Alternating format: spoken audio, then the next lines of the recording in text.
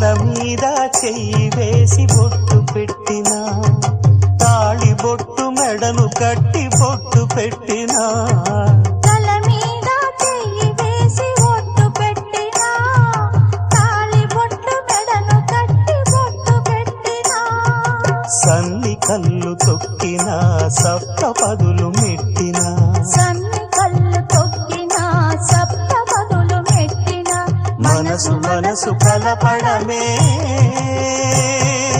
మంత్రం పరమార్థం. శ్రీరస్తు సుఖీ భవ సుఖీ భవ సీతా సుశీలి పెళ్లి ఇక